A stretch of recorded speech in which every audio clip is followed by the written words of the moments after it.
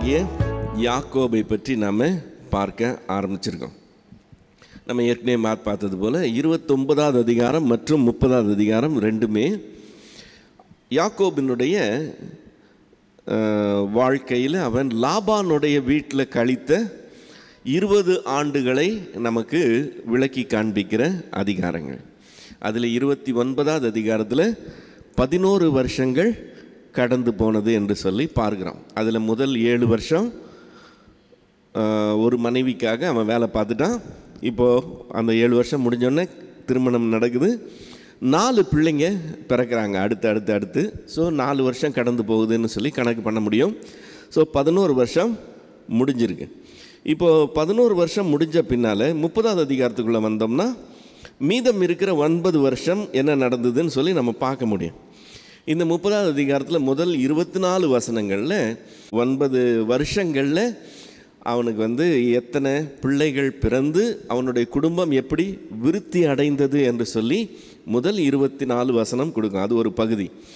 அதுக்கப்புறம் 25வது வசனத்திலிருந்து 43வது வசனம் வரைக்கும் அவனுடைய ஆஸ்தி எப்படி பெருகுது அப்படின்னு சொல்லி அதற்குண்டான விவரங்கள் நம்ம இங்கே பார்க்குறோம். அது 2வது பகுதி.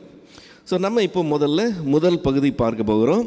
ஆதியாகமம் 30வது அதிகாரம் முதல் 2 வசனங்கள் இப்படி சொல்லுது.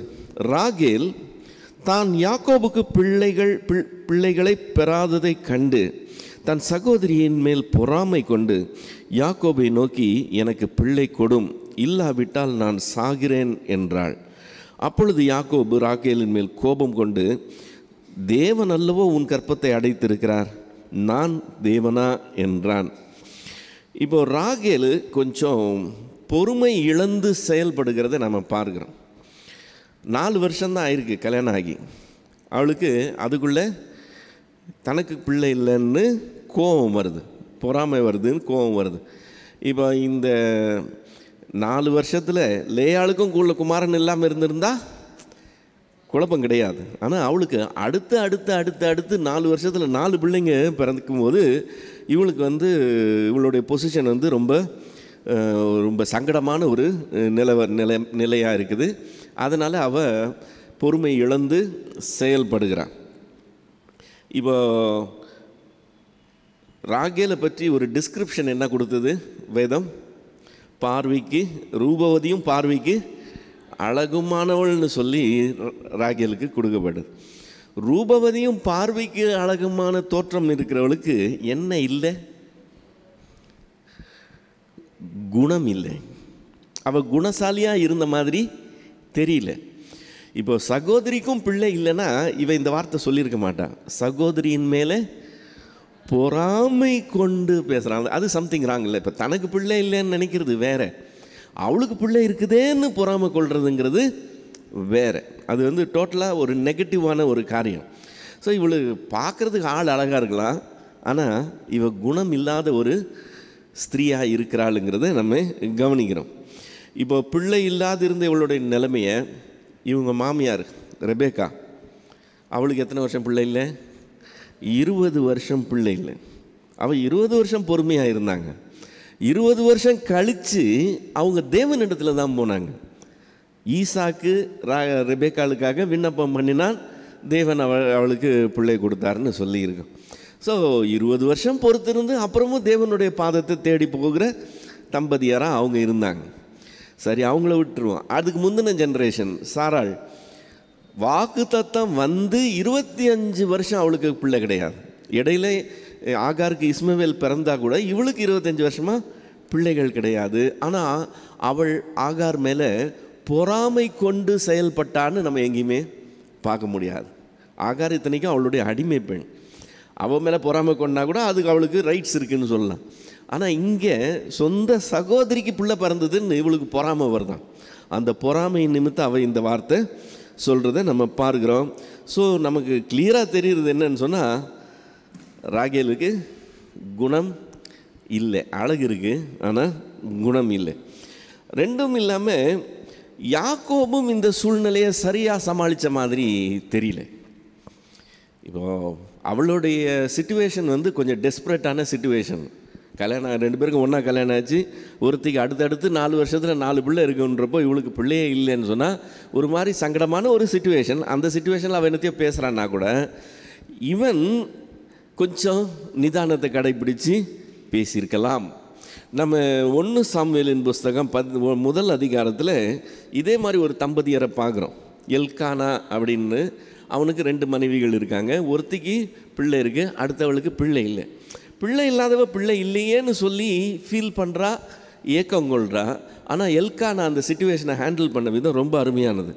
1 சாமுவேல் 1:7-8 வசனங்களில், அவள் கர்த்தருடைய ஆலயத்துக்கு போகும் சமயத்தில் அவன் வருஷந்தோறும் அந்த பிரகாரமாய் செய்வான்.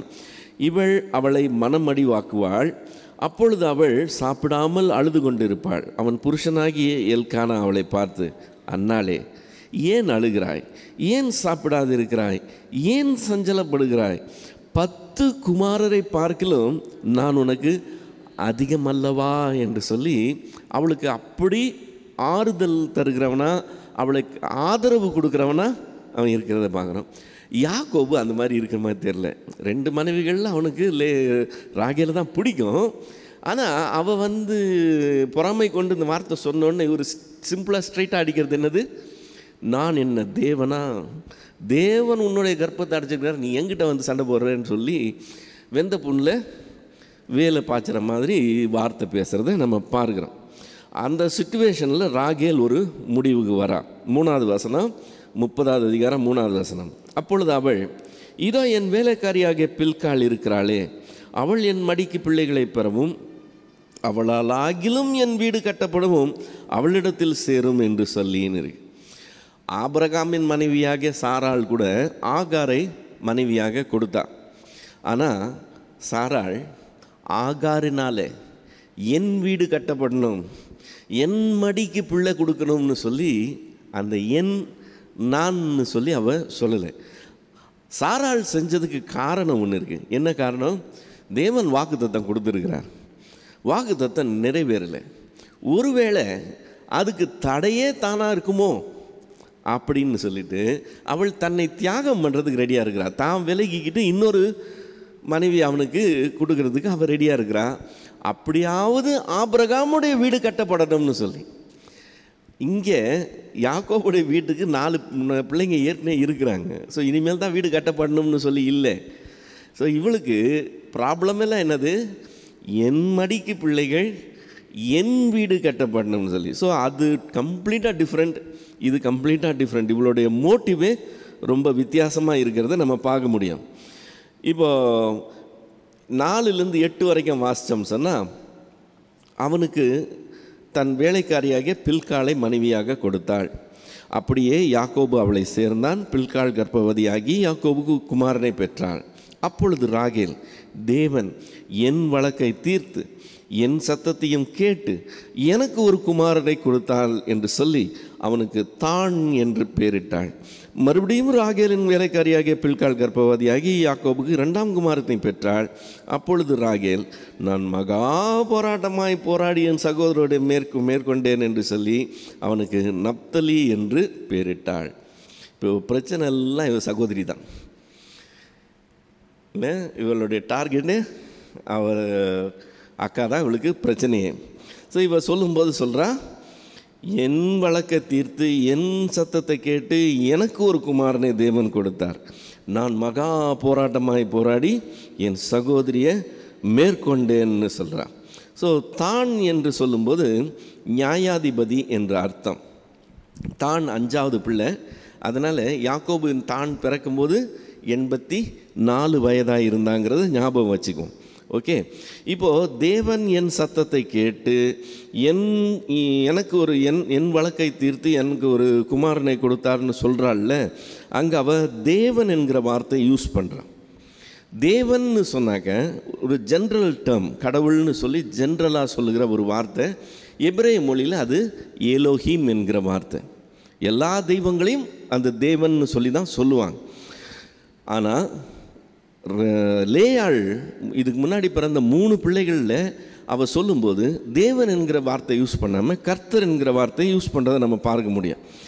ஆதியாகமம் 29வது அதிகாரம் 32, 33, 35 இந்த 3 இடத்துலையுமே 3 பிள்ளைகளுக்கு அவள் சொல்லும்போது கர்த்தர் கர்த்தர் கர்த்தர்னு சொல்லியிருப்பான்.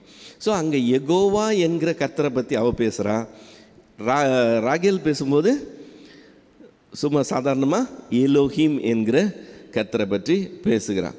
ஸோ இது இவங்களுக்கு மற்ற தெய்வங்கள் மேலேயும் ஒரு ஈடுபாடு இருந்ததை நம்ம ஓரளவுக்கு இதில் கணித்து கொண்டு வரலாம். சரி, இப்போ நப்தலிக்கு அவள் பேர் வைக்கிறது, நப்தலின்னு பேர் வச்சிருக்கிறா. மகா போராட்டமாய் போராடி நான் மேற்கொண்டேன்னு சொல்கிறா. அது மல்யுத்தம் அப்படிங்கிற அர்த்தத்தில் வருது. ஓகே, இந்த போராட்டம் அப்படின்னு சொல்லும்போது ஆக்சுவலாக தேவனோடையும் போராடி மேற்கொண்டாய், மனுஷனோடையும் போராடி மேற்கொண்டாய்ன்னு சொல்லி ஆண்டவர் யாக்கோபை பார்த்து சொல்கிறத நம்ம பார்க்கிறோம். அங்கே அந்த போராட்டம் என்கிற வார்த்தை வருது. அந்த போராட்டம் மல்யுத்தம் என்கிற அர்த்தத்தில் வருது. இங்கேயும் இவ வைக்கிற பேர் நப்தலிங்கிற பேர் மல்யுத்தம் என்கிற பேர். இப்போ அதனால் இவளும் அந்த மாதிரி கட்டி புரள்கிற ஒரு போராட்டத்தை பற்றி பேசினாலான்னு பார்த்தோம்னா கண்டிப்பாக இல்லை. இது ஒரு போராட்டத்துக்குள்ள ஒரு வார்த்தை, அதுக்கு யூஸ் பண்ணுற வார்த்தை டோட்டலாக டிஃப்ரெண்ட். யாக்கோபு தேவனோட போராடும்போது நீர் என்னை ஆசீர்வதித்தால் உள்ள போக விடமாட்டேன்னு சொல்லி அவன் போராடின போராட்டம் பைபிளில் 2 இடத்துல தான் வரும். ஒன்று யாக்கோபு போராடின அந்த இடத்துல வரும், இன்னொன்று ஓசியா தீர்க்கதரிசன புஸ்தகத்தில் யாக்கோபு இப்படி போராடி மேற்கொண்டான்னு சொல்லி அங்கே மென்ஷன் பண்ணி வரும். ஆக மொத்தம் அப்படி கட்டி புரள்கிற மல்யுத்தத்தை பற்றி யாக்கோபு சொல்கிற காரியம் வேறு, இங்கே லேயாள் சொல்கிற காரியம் ராகேல் சொல்கிற காரியம் டோட்டலாக வேறு. ஸோ போராட்டம்னு வந்தோன்னா நம்ம இதையும் அதையும் மிக்ஸ் பண்ணிக்கக்கூடாது.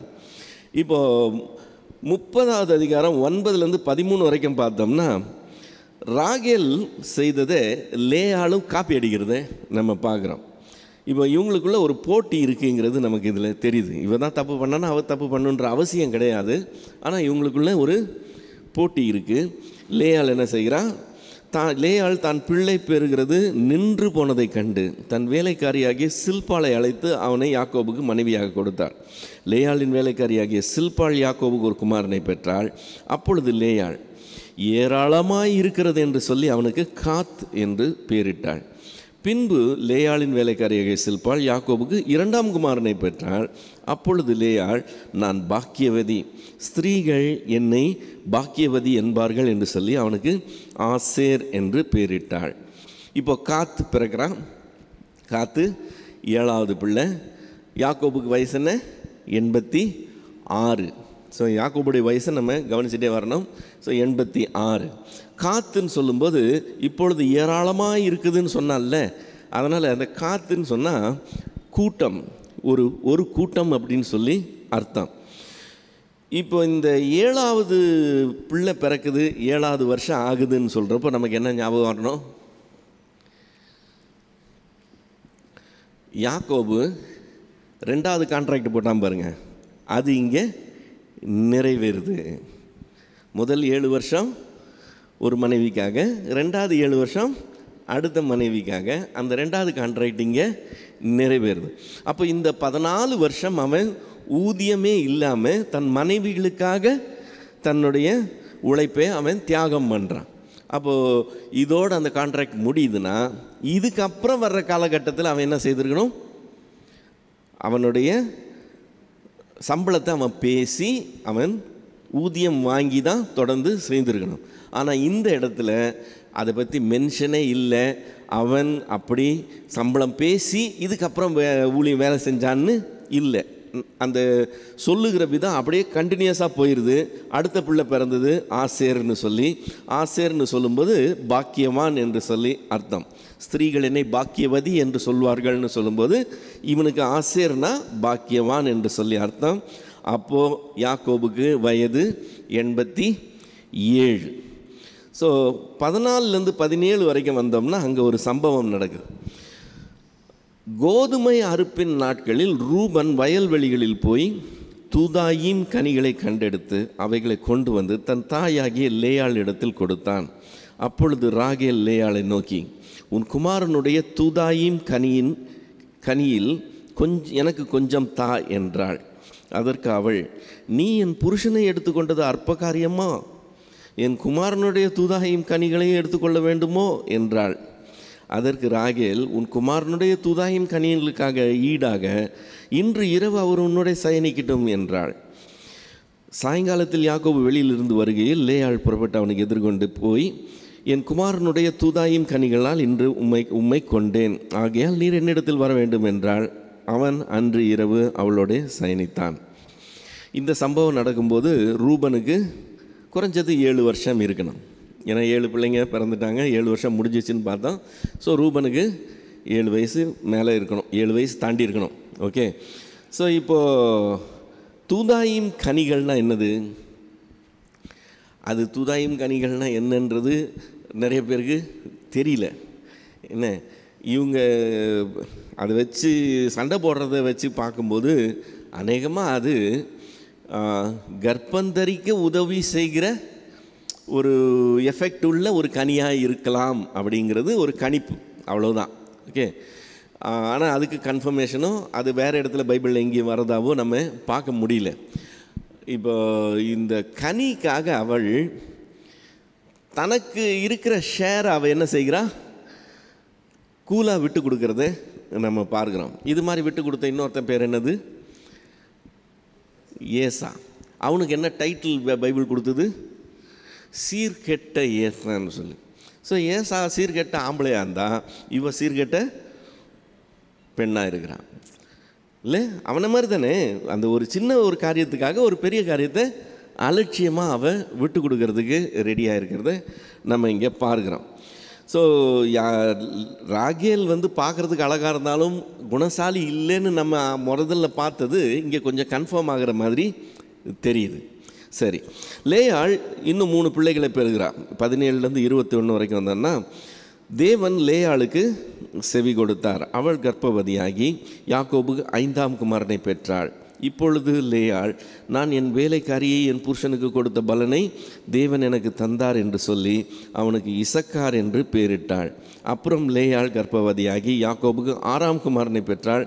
அப்பொழுது லேயாள், தேவன் எனக்கு நல்ல ஈவை தந்தார், என் புருஷனுக்கு நான் 6 குமாரரை பெற்றபடியால் இப்பொழுது அவர் என்னுடனே வாசம் பண்ணுவார் என்று சொல்லி அவனுக்கு செபுலோன் என்று பெயரிட்டாள். பின்பு அவள் தன் ஒரு குமாரத்தையும் பெற்று அவளுக்கு தீனாள் என்று பெயரிட்டாள். இப்போ இதுக்கு முன்னாடி பேர் வச்சப்போ முந்தின அதிகாரத்துலேருந்து அவள் என்னன்னு தேவனை மென்ஷன் பண்ணான்னு பார்த்தோம், கர்த்தர்னு மென்ஷன் பண்ணுறான்னு பார்த்தோம். இப்போ இங்கே பார்க்கும்போது அவள் என்னன்னு தேவனை மென்ஷன் பண்ணுறா? தேவன்னு தான் மென்ஷன் பண்ணுறான். அப்போது ராகேலுக்கு இருந்த மாதிரியே இவளுக்கும் அது அவ்வளோ ஒன்றும் பிடிப்பாக இல்லை யெகோவாகிய தேவன் மேலே.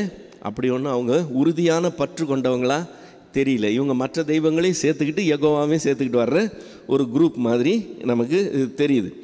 ஸோ இசக்கார் அப்படின்னு சொல்லும்போது பிரதி உபகாரம் அப்படின்னு அர்த்தம். என் கணவனுக்கு நான் இதை கொடுத்ததுனால தேவன் எனக்கு இதை செய்தார்னு சொல்லும்போது பிரதி உபகாரம். இசக்கார்னா பிரதி உபகாரம்.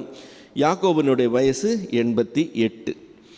செபுலோன் அப்படின்னு சொன்னால் இனி என் புருஷன் என்னோட இருப்பார்னு சொல்கிறார்ல, ஸோ குடியிருப்பு அப்படின்னு அர்த்தம். செபுலோன்னா குடியிருப்பு. தீனாள் அப்படின்னு சொன்னால் நீதின்னு அர்த்தம். ஸோ தீனாள் பிறக்கும்போது யாக்கோபுக்கு என்ன வயசு இருக்கணும்? 90 வயசு இருக்கணும். இதெல்லாம் முடிஞ்ச பின்னால் 22லேருந்து 24 வந்தோம்னா, தேவன் ராகேலை நினைத்தருளினார். அவளுக்கு தேவன் செவி கொடுத்து அவள் கர்ப்பந்தரிக்கும்படி செய்தார்.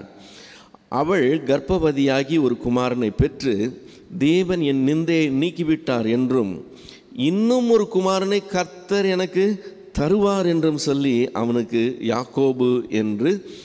யோசேப்பு என்று பெயரிட்டாள். இப்போ இங்கே தேவனும் யூஸ் பண்ணுறா, கர்த்தரும் யூஸ் பண்ணுறாங்கிறத நம்ம கவனிக்கணும். இப்போ யோசேப்புன்ற வார்த்தைக்கு அர்த்தம் பெருக்கம் அப்படிங்கிற அர்த்தம். இப்போ யாக்கோபுக்கு என்ன வயசு இருக்கணும்? 91 வயது இருக்கணும். ஓகே, இப்போ யாக்கோபுக்கு 91 வயசு ஆயிடுச்சின்னு சொன்னால், இப்போ இவன் இங்கே எத்தனை வருஷம் ஆயிடுச்சு? இந்த வசனம் வர வரைக்கும் 19 வருஷம் முடிஞ்சிருக்கு. ஓகே, 19 வருஷம் முடிஞ்சது. 72 வந்தான், இப்போ 91 ஆயிருக்கு. 19 வருஷம் கடந்து போயிருக்கு. 14 வருஷம் ஏற்கனவே ஊதியம் இல்லாமல் மனைவிகளுக்காக வேலை பார்த்தாச்சு. அடுத்த 5 வருஷம் சம்பளத்துக்கு தான் வேலை பார்த்துருக்கணும், ஆனால் அங்கே எதுவும் சொல்லப்படலை. இப்போ சம்பளத்துக்கு உண்டான காரியங்கள் இனிமேல் தான் ஸ்டார்ட் ஆகுது.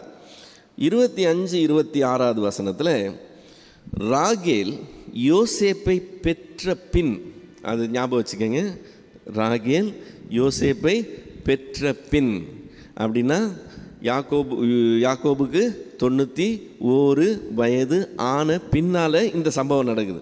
யாக்கோபு லாபானை நோக்கி, நான் என் ஸ்தானத்திற்கும் என் தேசத்திற்கும் போக என்னை அனுப்பிவிடும். நான் உமக்கு ஊழியம் செய்து சம்பாதித்த என் மனைவிகளையும் என் பிள்ளைகளையும் எனக்கு தாரும். நான் போவேன். நான் உம்மிடத்தில் சேவித்த சேவகத்தை அறிந்திருக்கிறீர் என்றான்.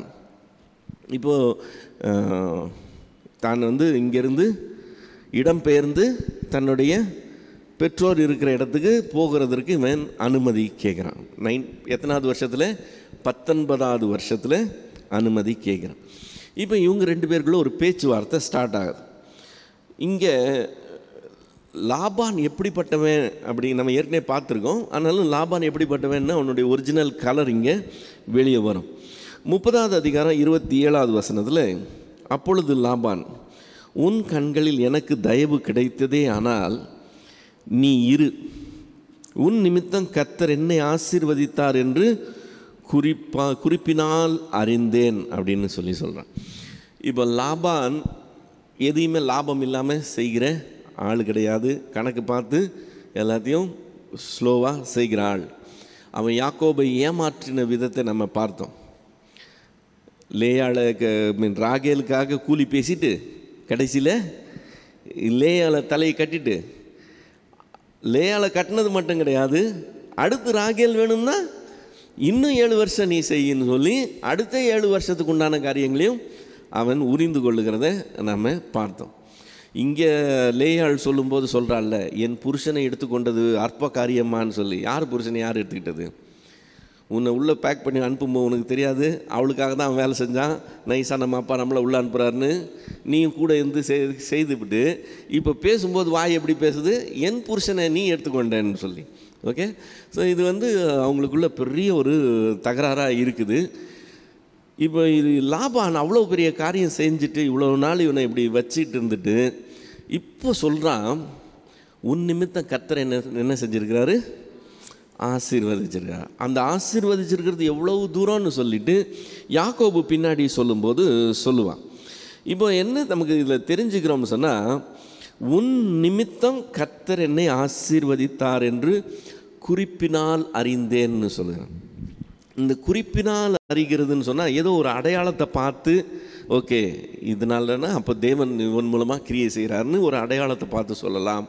அல்லது அஞ்சனம் பார்த்து குறி கேட்டு அந்த மாதிரியும் இல்லை, இதுக்கு பின்னாடி கடவுளுடைய பெரிய கை செயல்படுதுன்னு சொல்லி அந்த ஆவிகள் மூலமாகவும் தெரிந்து கொள்ளலாம். அல்லது சிம்பிள் அண்டர்ஸ்டாண்டிங், அப்போ இவன் வந்ததுலேருந்து நமக்கு நல்ல அதிர்ஷ்டமாக இருக்குதுன்னு சொல்லி சாதாரணமாகவும் பார்த்து தெரிந்து கொள்ளலாம்.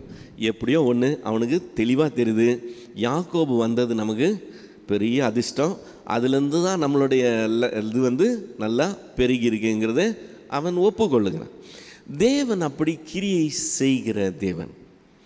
ஒரு நபர் கூட நம்ம சேர்றோம்னு வச்சுக்கோங்களேன், அல்லது நம்ம இருக்கிற இடத்துல நம்ம கூட ஒரு நபர் இருக்கிறாங்க, அவங்க தேவனுக்கு பயப்படுறவங்க, தேவனுக்கு பிரியமானவங்கன்னு சொன்னால் அவங்க நிமித்தம் தேவன் நம்மை ஆசீர்வதிக்கிறது உண்டு.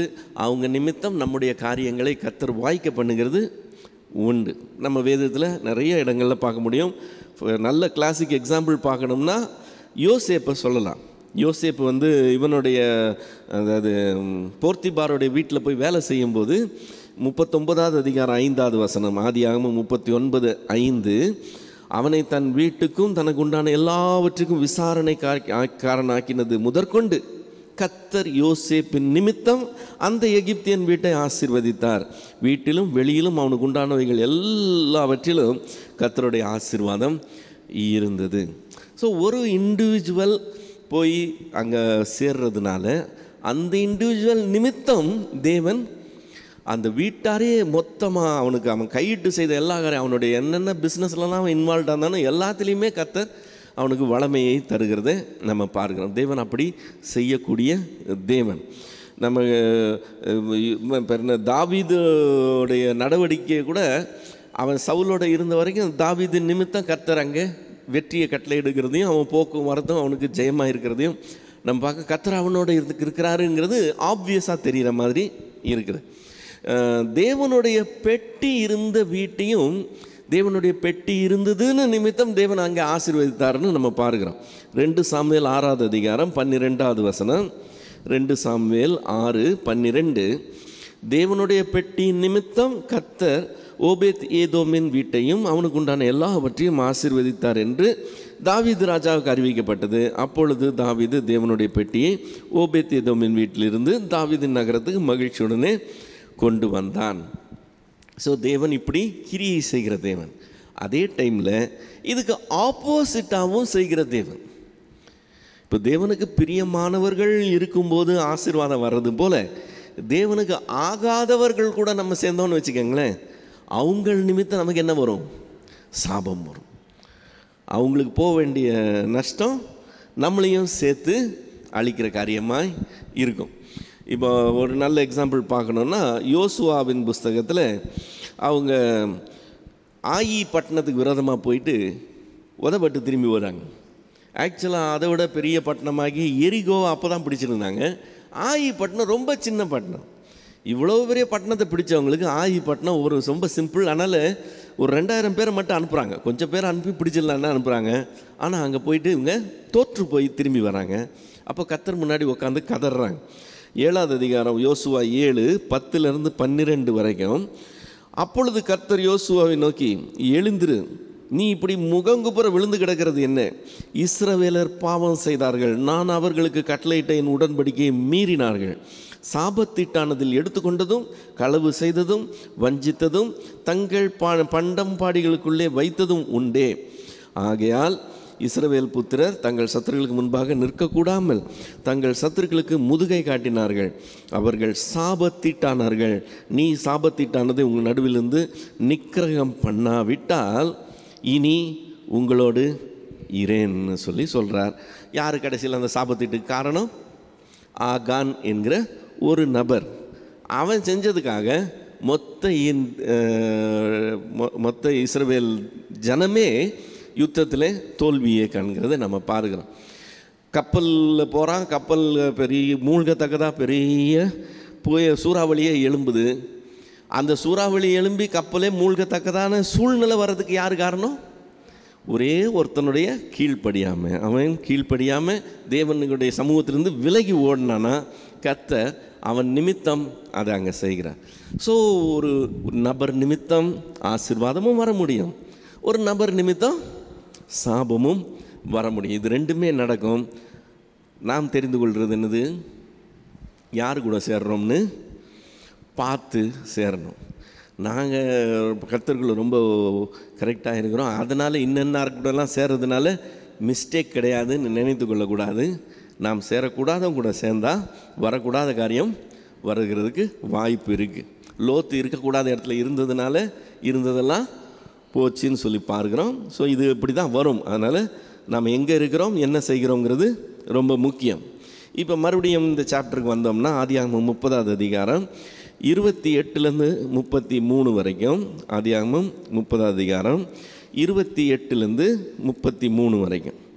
உன் சம்பளம் இன்னது என்று சொல், நான் அதை தருவேன் என்றான். ரொம்ப ஃப்ராங்காக, ரொம்ப ஜெனரஸாக பேசுகிறது போல், தயாளத்தோடு பேசுகிறது போல், என்ன சம்பளம் வேணும்னு சொல்லுப்பா, நான் அதை தர்றேன் அப்படின்னு சொல்கிறான். அதுக்கு அவன், நான் உம்மை சேவித்த விதமும் உம்முடைய மந்தை என்னிடத்தில் இருந்த விதமும் அறிந்திருக்கிறேன். நான் வருகிறதற்கு முன்னே உமக்கு இருந்தது கொஞ்சம், நான் வந்த பின் கர்த்தர் உம்மை ஆசீர்வதித்ததினால் அது மிகவும் பெருகி இருக்கிறது. இனி நான் என் குடும்பத்துக்கு சம்பாத்தியம் பண்ணுவது எப்பொழுது என்றான். இப்போ இந்த வார்த்தை வர வேண்டிய அவசியமே இல்லை. உன் சம்பளம் என்ன கேட்குறப்பா, நீ கேட்குறத நான் தர்றேன்னு அவன் சொல்லும்போது, மாமா நான் யோசித்தேன், இப்படி எனக்கு செலவு இருக்குது, இன்னைக்கு இவ்வளோ சம்பளம் கொடுத்தா நான் இருக்கிறேன், அப்படி இல்லைன்னா நான் கிளம்புறேன்னு சொல்லியிருக்கணும். அதுக்கு பதிலாக கசப்போட பதில் வருது. என்ன பதில் வருது? நான் எப்படி வேலை செஞ்சேன்னு உங்களுக்கு தெரியும்ல, பார்த்துட்டு தானே இருந்தீங்க, நான் வர்றதுக்கு முன்னாடி உங்களுக்கு கொஞ்சம் தானே இருந்துச்சு, என்னால் தானே இவ்வளோ பெரிய ஆசீர்வாதத்தை நீங்கள் பெற்றுக்கிறீங்க, இனிமேல் போய் நான் எனக்காக பார்க்க வேண்டாமா, உங்களுக்கே பார்த்துட்டு இருந்தால் முடியுமான்னு அந்த வார்த்தைங்க வர்ற விதத்துலேருந்து நாம் என்ன தெரிந்து கொள்ளலாம்னா, இதுதான் ஃபஸ்ட் டைம் அவங்க சம்பளம் பேசுகிற இடம் இல்லை. இதுக்கு முன்னாடியே ஏதோ நடந்திருக்கு. இப்போ 5 வருஷம் ஆயிடுச்சு, 5 வருஷமாக ஊதியத்துக்கு தான் வேலை செஞ்சுருக்கணும், நமக்கு அங்கே சொல்லப்படலை. இப்போ இங்கே வரும்போது உன் சம்பளம் என்னப்பா நான் தரேன்னு சொல்லும்போது அதுக்கு இவன் சொல்கிற பதில் ஏதோ கசப்பு ஏற்கனவே இவங்க மத்தியில் இருக்குதுங்கிறத அது வெளிக்காட்டுது. இப்போ தொடர்ந்து வாசித்தோம் சொன்னால், அதற்கு அவன் நான் உனக்கு என்ன தர வேண்டும் என்றான். அவன் மறுபடியும் அதே பாயிண்டில் நிற்கிறான். உன் சம்பளம் என்னப்பா கேட்குறேன், நான் தரேன்றான். இப்போ ரெண்டாவது என்ன சொல்கிறான், நான் உனக்கு என்ன தர வேண்டும் என்றான். மறுபடியும் யாக்கோபுடைய பதிலை கவனிச்சோம்னா ரொம்ப கசப்பான பதில். யாக்கோபு, நீர் எனக்கு ஒன்றும் தர வேண்டியதில்லை, இன்னும் பெருசாக என்ன தரேன்னு சொல்கிறேன்ட்டு அவன் எதிர்த்து ஒரு மாதிரி பேசுகிறான். அப்படின்னா ஏதோ ஒரு விதத்தில் பெரிய கோல்மால் ஏதோ நடந்துருக்குது. இவன் ரொம்ப அடிபட்டிருக்கான். இவன் மேல் இவன் வார்த்தையெல்லாம் நம்புறதுக்கெல்லாம் இங்கே இடம் இல்லைங்கிற அளவுக்கு நீலாம் ஒன்றும் தர வேண்டாம் அப்படின்னு சொல்லிட்டு இப்போ டேர்ம்ஸ் பேசுகிறான். என்ன சொல்கிறான், நீர் ஒன்றும் தர வேண்டியதில்லை அப்படின்னு சொல்லிட்டு, நான் சொல்லுகிறபடி நீர் எனக்கு செய்தால் உம்முடைய மந்தையை திரும்பவும் மேய்த்து காப்பேன். நான் இன்றைக்கு போய் உம்முடைய மந்தைகள் எல்லாம் பார்வையிட்டு அவைகளில் புள்ளியும் வரியும் கருப்பும் உள்ள செம்மறி ஆடுகளையும் வரியும் புள்ளியும் உள்ள வெள்ளாடுகளையும் பிரித்து விடுகிறேன். அப்படிப்பட்டவைகள் இனி எனக்கு சம்பளமாக இருக்கட்டும். அப்படியே இனிமேல் என் சம்பளமாகிய இவற்றை நீர் பார்வையிடும்போது என் நீதி விளங்கும். புள்ளியும் வரியும் இல்லாத வெள்ளாடுகளும் கருப்பான செம்மறி ஆடுகளும் என் வசத்தில் இருந்தால் அவைகளெல்லாம் என்னால் திருடி கொள்ளப்பட்டவைகளாய் எண்ணப்படட்டும் என்றான். இப்போ இங்கே ஒரு காரியம் பேசுகிறாங்க. என்ன காரியம் பேசுகிறாங்க, சம்பளத்தை டிசைட் பண்ணுறதுன்னு சொல்லி பேசுகிறாங்க. இப்போது யாக்கோபு லாபானை சேவித்தான். யாக்கோபு இதில்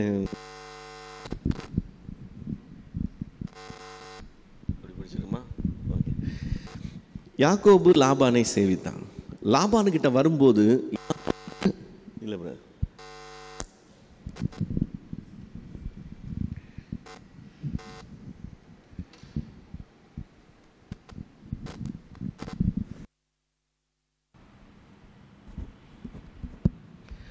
யாக்கோபு லாபானை சேவித்தான். யாக்கோபு லாபானுக்கிட்ட வரும்போது யாக்கோபுக்கு ஆஸ்தி எதுவும் கையில் கொண்டு வரல. லாபான்கிட்டருந்து யாக்கோபு வெளியே போகும்போது 20 வருஷம் கழித்து வெளியே போகும்போது பெருத்த ஆஸ்தி உள்ளவனாக அவன் போகிறான். அவன் எவ்வளவு பெரிய ஆஸ்தி உள்ளவனாக போகிறான்றது நம்ம பின்னாடி ஒரு கணக்கு போட போகிறோம். அப்போ அந்த கணக்கில் வரும்போது நாம் மலைத்து போகக்கூடிய அளவுக்கு அவன் ஆஸ்தி உள்ளவனாக கிளம்பி போகிறான். ஓகே, இப்போ இதுக்கு 20 வருஷம்தான் டைம். அந்த 20 வருஷத்தில் 14 வருஷம் மனைவிகளுக்காக போயிடுச்சு, மீதி 6 வருஷம். நம்ம இங்கே பார்க்கும்போது முதல் 5 வருஷத்தில் சம்பளம் பேசுன மாதிரி தெரில, கடைசி 1 வருஷத்தில் தான் சம்பளம் பேசுன மாதிரி தெரியுது. இது ரொம்ப குறுகின பீரியடாக இருக்கிறதுனால இதில் இவங்க இவ்வளவு சீக்கிரம் அவ்வளவு பெரிய ஆஸ்தியை சேர்த்துருக்கிறதுக்கு வாய்ப்பு இல்லை அப்படின்னு கருதி சில வேத வல்லுநர்கள் என்ன சொல்கிறாங்கன்னு சொன்னால், யாக்கோபு 20 வருஷம் வேலை செஞ்ச பின்னாடி, இப்போ இந்த டிஸ்கஷன் நடக்குதுல்ல, இதுக்கு அப்புறம் ஆக்சுவலாக அவன் 14 வருஷம் அவன் மனைவிகளுக்காக வேலை செஞ்சது போக 20 வருஷம் தன் ஆஸ்திக்காக வேலை செஞ்சான். ஆக மொத்தம் 34 வருஷம் யாக்கோபு அங்கே இருந்தான். அவன் போகும்போது 72 வயசு கிடையாது, அவன் போகும்போது 50 சில்லற வயசில் தான் போனான்னு சொல்லி 52 வயசில் போனான்னு அவனுடைய ஏஜை கம்மி பண்ணி அவன் அதிக நாள் அங்கே இருந்ததா அவங்க கணக்கு சொல்கிறாங்க.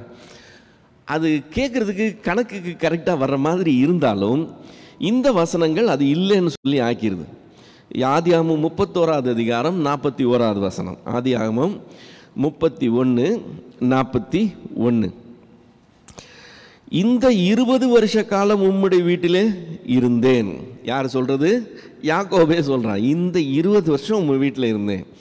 அவன் அந்த எண்ணிக்கையை கரெக்டாக சொல்கிறதுனால நம்ம எண்ணிக்கை கூட்ட முடியாது. ஓகே, 20 வருஷம் உம்முடைய வீட்டில் இருந்தேன், 14 வருஷம் உம்முடைய 2 குமாரத்திகளுக்காகவும் 6 வருஷம் உம்முடைய மந்தைகளுக்காகவும் உம்மிடத்தில் சேவித்தேன் அப்படின்னு சொல்கிறான். இப்போ ஸ்பிளிட்டப்பே கொடுத்துட்டான் அவன்.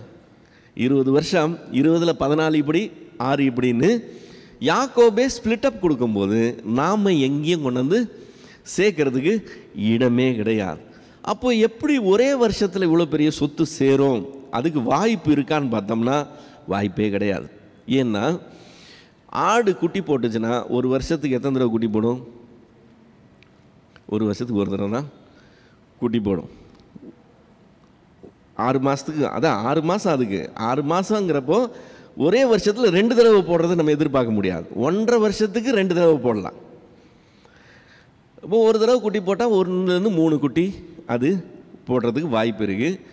அப்போது ஒரு வருஷத்துக்குள்ளே இவன் இவ்வளவு பெரிய ஆஸ்தியை சம்பாதிக்கிறதுக்கு இது கிடையாது, பாசிபிலிட்டி கிடையாது. அப்படி பாசிபிலிட்டி கிடையாதுங்கிற பட்சத்தில் நம்ம நம்பர்ஸையும் சேர்க்க முடியல.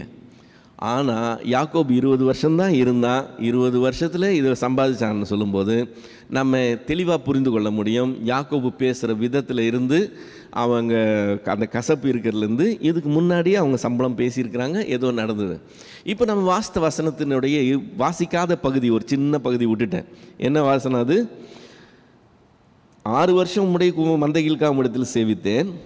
அடுத்தது 31வது அதிகாரம் 41வது வசனம், 10 முறை என் சம்பளத்தை மாற்றினீர்னு சொல்கிறான். இப்போ இங்கே 19வது வருஷத்தில் இவங்க பேசும்போது இந்த சம்பளத்தை அதுக்கப்புறம் அவன் மாற்றினதான் நம்ம எங்கேயுமே பார்க்க முடியாது. ஒரு முறை தான் பேசுன மாதிரி தெரியுது. ஆனால் ஆக்சுவலாக அதுவே 10வது முறை. இந்த குறுகிய காலத்தில் அவன் அத்தனை தடவை அவனை திரும்ப திரும்ப திரும்ப திரும்ப சம்பளத்தை மாற்றி மாற்றி மாற்றி கொண்டு வந்திருக்கிறான். இப்படி வந்துச்சுன்னா அதெல்லாம் இல்லை இப்படி வேணாம் இப்படி வச்சுக்கலான்னு சொல்லி மாற்றி மாற்றி கொண்டு வந்திருக்கிறாங்கிறத நம்ம புரிந்து கொள்ளுகிறோம். எனவே கடைசி 6 வருஷம் அவன் சம்பளத்துக்கு தான் வேலை பார்த்தானுங்கிறத கன்ஃபார்ம் பண்ணிக்கலாம். இப்போ இவன் சம்பளத்துக்கு 6 வருஷம் வேலை பார்த்து தேவன் கூட இருந்து இவனுக்காக கிரியை செய்தார்னு வச்சுக்கோங்களேன், இவ்வளோ பெரிய ஆஸ்தி உண்டாகிறதுக்கு உண்டான வாய்ப்பு 100% இருக்குது. அதனால் நம்மால் அந்த 20 வருஷ பீரியடை அக்செப்ட் பண்ண முடியும். 20 வருஷத்தில் 14 வருஷம் ஊதியம் இல்லாமலும் 6 வருஷம் ஊதியத்தோடையும் அவன் உழைச்சி சம்பாதிச்சான்னு நம்ம எடுத்துக்கொள்ள முடியும். இப்போது 6 வருஷம். ஓகே,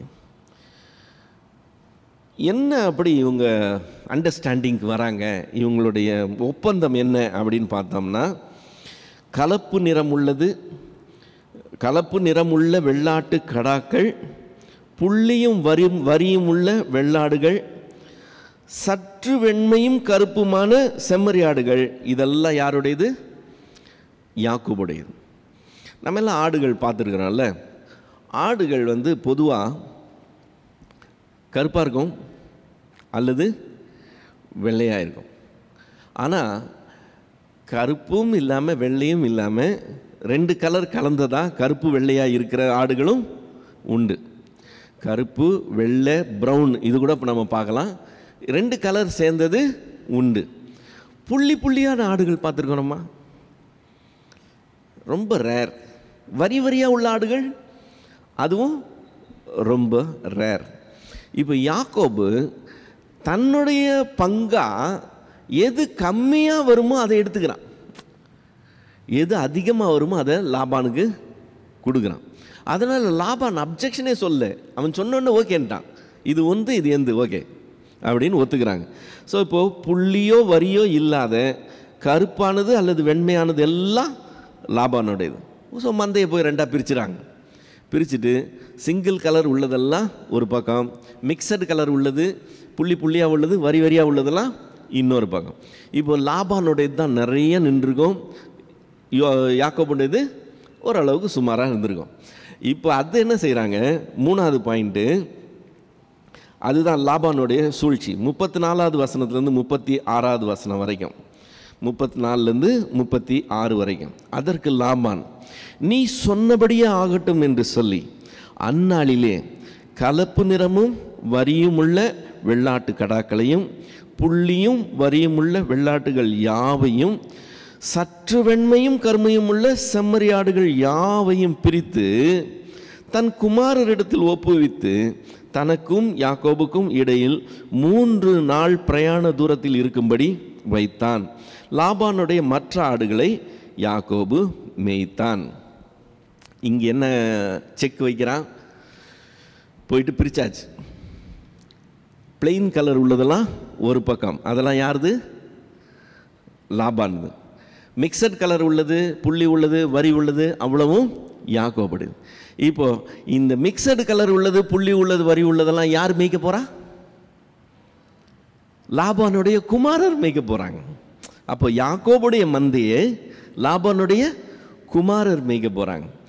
இப்போ இந்த பிளெயின் கலர்லாம் யாருடையது, லாபானுடைய. லாபானுடையது யார் மேய்க்க போறா, யாக்கோபு மேய்க்க. இந்த அரேஞ்ச்மெண்ட் இவன் கொண்டு வரான். அவன் சொன்ன உடனே இவன் ஒப்புக்கொண்டு பிரிச்சுட்டு இந்த அரேஞ்ச்மெண்ட் கொண்டு வரான். இதெல்லாம் என் பிள்ளைங்க போய் பார்த்துக்குவாங்கப்பா, இதெல்லாம் நீ பார்த்துக்கோ. ரெண்டுத்துக்கு இடையில எவ்வளோ நாள் கேட்பான், 3 நாள் பிரயாணம். 3 நாள் பிரயாணம் நம்ம ஏற்கனவே அவன் நடந்து வந்த பிரயாணத்தை கணக்கு பண்ணும்போது பார்த்தோம். 25 கிலோமீட்ரு, 15லேருந்து 25 கிலோமீட்டர் நடக்க முடியும் ஒரு ஆள்னு சொல்லி பார்த்தோம். அப்போ 3 நாள்னா 50லேருந்து 75 கிலோமீட்டர் டிஸ்டன்ஸ் வச்சுக்கிறான். எதுக்காக, நைட்டோட நைட்டாக போய் திருடிட்டு வந்துடக்கூடாதான். அதுக்காக 50லேருந்து 75 கிலோமீட்டர் 2 மந்தைக்கும் டிஃப்ரென்ஸ் வைக்கிறான். டிஃப்ரென்ஸ் வச்சுட்டு அதெல்லாம் என் பிள்ளைங்க பார்த்துக்குவாங்க, இதெல்லாம் நீ பார்த்துக்கோ. இப்போ இதில் ப்ராப்ளம் என்ன தெரியுமா, இப்போ யாக்கோபு இதை மேய்க்கிறான்ல, என்ன கலரு, எல்லாம் பிளெயின் கலர்ஸ் எல்லாம் மேய்க்கிறான். இப்போ பிளெயின் கலர்ஸ் கலப்பு கலர் போடுறதுக்கு வாய்ப்பு இருக்குது. இப்போ 3 குட்டி போட்டுச்சுன்னா அதில் ஒன்று கலப்பு கலர், ஒன்று வெள்ளை, ஒன்று கருப்புன்னு அப்படி வர்றதுக்கு வாய்ப்பு இருக்குது. ஆனால் புள்ளியும் வரியாக வர்றதுக்கு வாய்ப்பே கிடையாது இல்லையா. இதுவும் அதுவும் மிக்ஸ் ஆனால் தான் புள்ளி வரி நம்ம தான் பிரிச்சுட்டோமே. பிரிச்சுட்டு இனிமேல் போடுறதுல புள்ளி வரிலாம் உந்துறானா என்ன அர்த்தம், இப்போ இருக்கிறது தான் இனிமேல் வளர்றதெல்லாம் என்னுடைய மந்தையாக ஆகிடும், அதில் போடுறது மட்டும்தான் உன்னுடைய மந்தையாக இருக்கும்னு யாக்கோபு அவன் லிமிட் பண்ணுறதுக்கு ட்ரை பண்ணணும். யாக்கோபு ஒரு ஐடியா பண்ணுறான். இது உலகத்தில் யாருமே யோசிக்காத, யாருக்குமே தோன்றாத ஒரு ஐடியா. என்ன ஐடியா பண்ணுறான், 37லேருந்து 43 வரைக்கும். பின்பு யாக்கோபு பச்சையாக இருக்கிற புன்னை, வாதுமை, அர்மோன் என்னும் மரங்களின் கொப்புகளை வெட்டி இடையிடையே வெண்மை தோன்றும்படி பட்டையை உரித்து தான் உரித்த கொப்புகளை ஆடுகள் தண்ணீர் குடிக்க வரும்போது கால்வாய்களிலும் தொட்டிகளிலும் ஆடுகளுக்கு எதிராக போட்டு வைப்பான். ஸோ அப்படி வரியாக அதுங்களை க்ரீன் ஒயிட்டுன்னு சொல்லி ஆல்டர்னேட் கலர்ஸாக அதுங்க பார்த்துச்சுன்னு சொன்னால் இவனுடைய ஐடியா போட்டு வைப்பான். ஆடுகள் தண்ணீர் குடிக்க வரும்போது பொலிவது உண்டு. ஆடுகள் அந்த கொப்புகளுக்கு முன்பாக பொலிந்தபடியினால் அவைகள் கலப்பு நிறம் உள்ளதும் புள்ளி உள்ளதும் வரி உள்ளதுமான குட்டிகளை போட்டது. இவருடைய பிளான் அது. யார் செய்கிறது, ஆக்சுவலாக அதை தேவன் செய்கிறார். சாத்தியமே இல்லாததை இவனுக்காக ஆண்டவர் நடத்துகிறார். இவர் நினச்சிக்கிட்டாரு நம்ம பிளான் பண்ணி செய்கிறோம்னு. இது சயின்டிஃபிக்காக கிடையாது, யாருமே இது வரைக்கும் அதை ப்ரூவ் பண்ணதே பாசிபிலிட்டியே கிடையாது. நம்ம பார்க்குற கலர் படி நம்ம பிள்ளை பிறக்கிறது இல்லை.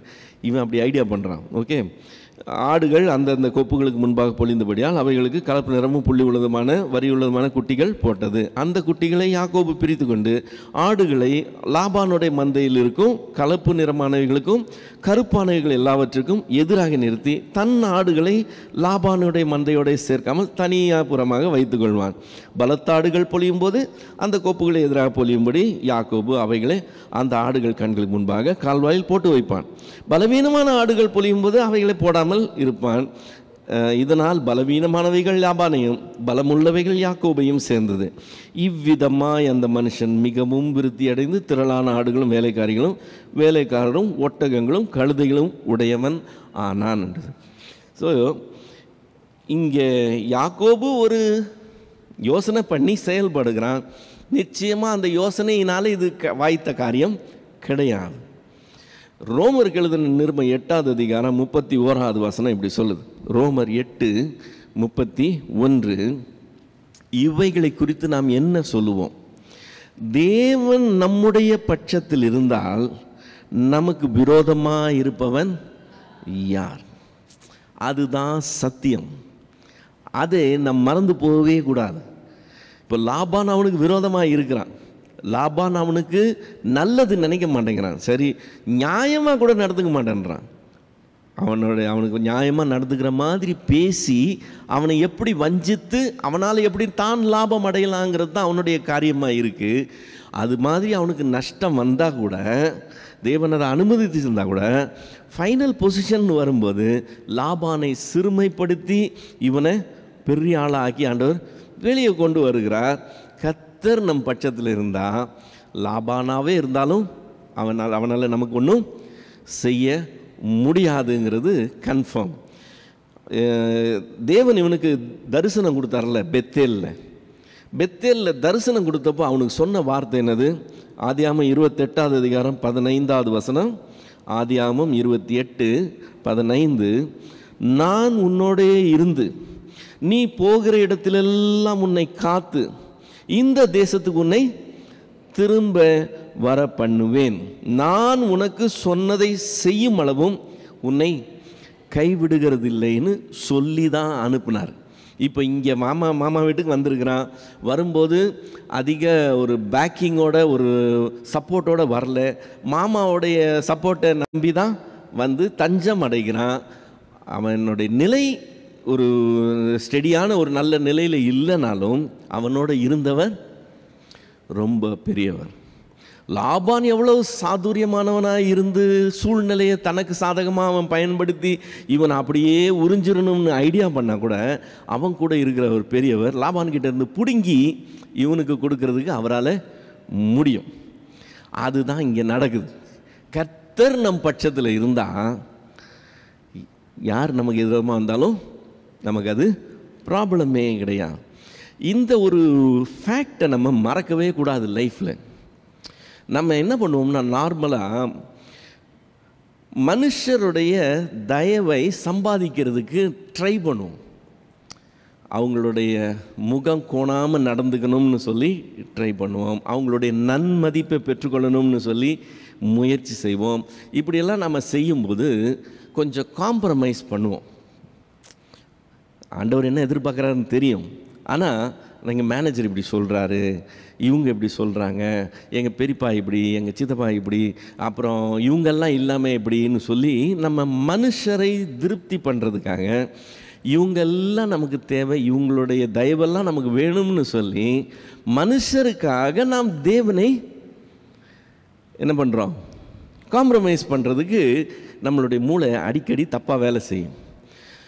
இப்போது கர்த்தர் நம் பட்சத்தில் இருந்தால் நமக்கு விரோதமாக இருப்பவன் யாருன்னு சொல்கிற வசனம் கரெக்டுனா, கர்த்தர் நம் பட்சத்தில் இராது இருந்தால் அத்தனை பேர் நம்மோட இருந்தாலும் பிரயோஜனம் இல்லைங்கிறத நம்ம கரெக்டாக புரிஞ்சுக்கணும். எல்லார் முன்னாடி நான் நல்ல பேர் வாங்கி எல்லாருக்கும் நான் வேண்டப்பட்டவனாக இருந்து எல்லாரும் என்னை சப்போர்ட் பண்ணால் தேவன் மட்டும்தான் எனக்கு அகென்ஸ்டாக இருக்கிறார். இப்போ என் கதை என்ன ஆகுது? பெரிய சைபர் வேஸ்ட் இல்லையா? ஸோ தெளிவாக இருக்கணும். நான் மனுஷனுக்காக ஜீவிக்கக்கூடாது, மனுஷனுக்காக எதையும் செய்யக்கூடாது. என் பட்சத்தில் யார் இருக்கணும்? தேவன் இருக்கணும். தேவன் என் பட்சத்தில் இருக்கிற மாதிரி நான் எப்படி நடந்துக்கணுமோ அப்படி நடந்துக்கணுங்கிறது தான் நம்மளுடைய முழு காரியமாக இருக்கணும். நம்ம ஆஃபீஸில் இருந்தாலும் சரி, ஃபேமிலியில் இருந்தாலும் சரி, சர்ச்சில் இருந்தாலும் சரி, சமுதாயத்தில் இருந்தாலும் சரி, எங்கே இருந்தாலும் சரி, மனிதரை பிரியப்படுத்துகிற ஒரு வாழ்க்கை வாழ்கிறதுக்கு நாம் தெரிந்து கொள்ளவே கூடாது. அதை உலகம் செய்யும். உலகத்தில் அவங்க மனுஷ தயவை நாடி தான் எல்லாத்தையுமே செய்வாங்க, நிறைய காம்ப்ரமைஸ் பண்ணுவாங்க. ஆனால் தேவ பிள்ளைகள், தேவ தயவை நாடி ஜீவிக்கிற தேவ பிள்ளைகள், கர்த்தர் ஒருத்தர் என் பக்கத்தில் இருந்தால் போதும்பா, யார் எனக்கு விரோதமாக வந்தாலும் ஒன்றும் செய்ய முடியாதுங்கிற அந்த ஒரு ஃபேக்டை நம்ம அடித்தளமாக கொண்டு காரியங்களை அடித்தளமாக கொண்டு காரியங்களை செய்கிறவர்களாக இருக்கிறது அவசியம். இங்கே யாக்கோபு ரியலைஸ் பண்ண மாதிரி கூட தெரியல. தேவன் என்னோட இருந்து அவங்க மாமாவுக்கு விரோதமாக போராடி இந்த காரியத்தை செய்கிறாருன்னு யாக்கோபு ரியலைஸ் பண்ண மாதிரி கூட தெரியல. அவன் தன் சாதுரியத்தை பயன்படுத்தி செய்கிறதா அவன் நினச்சிக்கிட்டு இருக்கான். ஆனால் அவனோட இருந்து தேவன் வாக்குத்தத்தம் கொடுத்துருக்கிறார், நான் உன்னோட இருப்பேன், அங்கேருந்து உன்னை திரும்ப கொண்டு வருவேன்னு சொல்லி, அது வரைக்கும் உன்னை கைவிடுகிறது இல்லைன்னு சொன்ன தேவன் இருந்து நடத்துகிறார். ஸோ நமக்கு ஆண்டவர் சொல்லியிருக்கிறார், உலகத்தின் முடிவு பரியந்தம் நான் உங்களுடனே கூட இருக்கிறேன்னு சொல்லியிருக்கார். மறந்தே போகாதீங்க, வலது பக்கத்தில் அவர் நிழலா நின்று நடத்துகிறவர். நம்ம இவரை மறந்துட்டு இவங்களெல்லாம் தேடிக்கிட்டு இவங்க தயவுக்காக நம்ம காரியங்கள் செய்துக்கிட்டு இருந்தோம்னா நம்ம கர்த்தருடைய தயவை இழந்து போன பரிதாப நிலைக்கு வந்துடுவோம். ஸோ இந்த விஷயத்தில் தெளிவாக இருப்போம். கர்த்தர் நம் பட்சத்தில் இருந்தால் நமக்கு விரோதமாக இருப்பவன் யார் என்கிறது சத்தியம். ஸோ யாக்கோபினுடைய லைஃப்பில் என்னதான் லாபான் தலைகீழ நின்னாலும் அவனால் ஒன்றுமே செய்ய முடியாதுங்கிற லெவலில் கர்த்தர் அவனை நடத்துகிறத நம்ம பார்க்குறோம். ஸோ இதோட இந்த அதிகாரம் முடியுது. இந்த அதிகாரம் முடியும் போது தொடர்ந்து கர்த்தர் எப்படி அவனுக்கு பெரியவராக இருந்து நடத்துகிறாருங்கிறது அடுத்த அதிகாரத்தில் பார்க்க போகிறோம். ஸோ இது வரைக்கும் ஏதாவது டவுட்ஸ் இருந்தால் நம்ம கிளியர் பண்ணிக்கலாம். 37 அதிகாரம் பார்க்கும்போது, பின்பு யாக்கோப்பு பச்சையாக இருக்கிற அந்த புன்னை, வாதுமை, அர்மோன் அந்த மரங்களுடைய பட்டையை உரித்து அந்த கால்வாயில் போடுறா இல்லையா? அப்போ அந்த மரத்தோடைய குவாலிட்டியில் தான் அந்த ஆடுகள் எப்படி புள்ளி புள்ளியாக வெண்மையாக பிறக்குது. அப்படியெல்லாம் நடக்கவே நடக்காது. ஓஹோ, நடக்க இப்போ இவனுக்கு வந்து புள்ளி புள்ளியாக வரி வரியாக போடணும். புள்ளி புள்ளியாக வரி வரியாக போடணுன்னா புள்ளி புள்ளி வரி வரி ஆடெல்லாம் அவன் கொண்டு போயிட்டான். இருக்கிறதெல்லாம் பிளெயின் கலர் தான் இருக்குது. பிளெயின் கலர் ஆடு பிளெயின் கலர் ஆடு தான் போட போகுது. ஸோ இவனுக்கு வரப்போகிறது கம்மி. இவனால் ஒன்றுமே செய்ய முடியாது. அங்கேருந்து ஆடுகளை கொண்டு வந்து திரும்ப கொண்டு போகலாம் முடியாது. அவன் பிரித்து தனித்தனியாக வச்சுட்டான். இனிமேல் போட்டால் எடுத்துக்கோ, இல்லைன்னா கிடையாது உனக்குன்ற அளவுக்கு கொண்டு வந்துட்டான். டோட்டல் ஹெல்ப்லெஸ், ஒன்றுமே கிடையாது. வேலை செஞ்சும் இவனுக்கு அதுக்கு லாபம் வரப்போகிறது கிடையாது. அந்த சிச்சுவேஷனில் அவனை வைக்கிறான். ஸோ இவன் இந்த ஐடியா பண்ணுறான், நம்ம இந்த மாதிரி கலர் கலராக போட்டு வச்சோன்னா அது ஆல்டர்னேட் கலர்ஸை பார்த்துட்டு, கான்ட்ராஸ்ட் கலர்ஸை பார்த்துட்டு இது கலர் கலராக குட்டி போடணும்னு இவன் நினச்சிக்கிட்டான். ஆனால் அதனால் அப்படி போட்டதாக இந்த இடத்துல வந்தால் கூட அது சாத்தியம் கிடையாது. தேவன் அதை வாய்க்கு பண்ணாருங்கிறத நம்ம புரிஞ்சுக்கணும். அவனோடு இருந்து தேவன் அவனுக்காக அதிசயமான காரியங்களை செய்கிறான். இப்போ லாபான் உண்மையிலேயே ரொம்ப ஃப்ரஸ்ட்ரேட் ஆகிருப்பான். அதை நம்ம அடுத்த அதிகாரத்தில் பார்க்க போகிறோம். அதனால தான் நான் இங்கே சொல்லலை. அவனால் ஆனதெல்லாம் பண்ணால் கூட இவன் இன்னும் வளர்ந்துக்கிட்டே போகிறான். அதுதான் பிரச்சனை. Price Lord brother. 30:22 தேவன் ராகேலை நினைத்தருளினார், அவளுக்கு தேவன் செவி கொடுத்து அவள் கர்ப்பம் தரிக்கும்படி செய்தார்னு சொல்லியிருக்கீங்க இல்லையா? ஸோ அதில் நீங்கள் ஒரு மீனிங்கில் சொன்னீங்க இல்லையா, தேவன் கர்த்தர், அதில் ஒரு டிஃப்ரென்ஸ் சொன்னீங்க இல்லையா, டிஃப்ரென்ஷியேட் பண்ணி சொன்னீங்க. இப்போ இவ வந்து யாரை இது பண்ணியிருப்பா, ப்ரே பண்ணியிருப்பா? அவங்க யெகோவாவையும் வணங்குறவங்க. இப்போ நம்ம நாகோருடைய ஃபேமிலி கிளம்பி வந்தாங்கல்ல, நாகோருடைய ஃபேமிலி கிளம்பி வரும்போது ஆபிரகாமும் வருகிறான். அதுக்கு முன்னாடி அவங்க எல்லாருமே அந்நிய தெய்வங்களை வழிபட்டவங்க. இப்போ ஆபிரகாமுக்கு தேவன் தன்னை வெளிப்படுத்திட்டா இவங்களும் அது உடன்பட்டு தான் எல்லாமே கிளம்பி வராங்க. ஊர் என்கிற தேசத்தை விட்டு தான் இங்கே வந்திருக்கிறாங்க. ஆபிரகாம் அங்கேருந்து தொடர்ந்து கானானுக்கு போயிட்டா, இவங்க இங்கேயே இருக்கிறாங்க. ஸோ ஆபிரகாம் ஒரேடியாக ஒரு டெசிஷனுக்கு வந்துட்டான், அது இல்லை இதுதான்னு சொல்லி. இவங்க அப்படி வரல. இவங்களுக்கு ரெண்டுமே வச்சுருக்குறாங்க. இந்த தேவனையும் வச்சுருக்காங்க, இந்த தேவனையும் வச்சுருக்குறாங்க. தொழுது கொள்ளும்போது நோ ப்ராப்ளம், எல்லாம் 10ஓட 1 அதோட இது ஒன்றுன்னு சேர்த்துக்குவாங்க. அந்த மாதிரி கர்த்தரே தேவன்னு அந்த ஒரு பொசிஷனில் அவங்க இல்லை. ஓகேங்களா? ஓகே. 4வது வசனத்தில் 2ஆம் வசனத்தில், அப்பொழுது யாக்கோபு ராகேலின் மேல் கோபம் கொண்டு, தேவன் அல்லவோ உன் கர்ப்பத்தை அடைத்திருக்கிறார். அதற்கு என்ன காரணம்? ஒருவேளை வேறு வழி இல்லாமல் லேவால் அவர் கல்யாணம் பண்ணதிலிருந்து ராகேல் யாக்கோபை கூட சேரவே விடாமல் ராகேல் யாக்கோபை அப்படி வச்சுட்டு இருந்ததுனால தான் ஆண்டவர் ராகேலோட கர்ப்பத்தை அடைச்சாருன்னு சொல்லலாமா? அதாவது லேயாளுக்கு ஏன் பிள்ளை கொடுத்தாருன்னு இருக்குது. ஏன்னா அவள் அற்பமாக எண்ணப்பட்டதை பார்த்து ஆண்டவர் அவளுக்கு அதை செஞ்சாருன்னு இருக்குது. ராகேலுக்கு ஏன் கொடுக்கலன்னு சொல்லப்படலை, நம்ம கெஸ் பண்ணிக்கலாம். அவ அற்பமாக எண்ணப்பட்டாள்னா அப்போது இவ்வளோ ஃபேவர் பண்ணுறான். அவளை வந்து அற்பமாக எண்ணி இவ்வளோ ஓவராக ஃபேவர் பண்ணுறான். அதனால் ஆண்டவர் அவளுக்கு பிள்ளை கொடுத்துட்டு இவ்வளோ பிள்ளை கொடுக்காம நிறுத்தி வைக்கிறார். அப்போ தவறு யாக்கோப் மேலேன்னு சொல்லலாமா? யாக்கோப் மேலே தான் தவறு. ட்ரீட் பண்ணுற விதத்தில் வித்தியாசம் இருந்தது, யாக்கோபுடைய மிஸ்டேக்கு. ஆனால் ராகேல் அவ்வளோ ஒன்றும் குணமுள்ள ஒரு ஸ்திரியாக நம்ம பார்க்க முடியல. அந்த பொறுமையோ அந்த இணக்கமோ அதெல்லாம் இருக்கிற மாதிரி தெரியல. இப்போ அவங்களுக்கு முன்னாடி அபேக்காலோ அல்லது சாராளோ இருந்த மாதிரி அவ இருக்கிற மாதிரி தெரியல.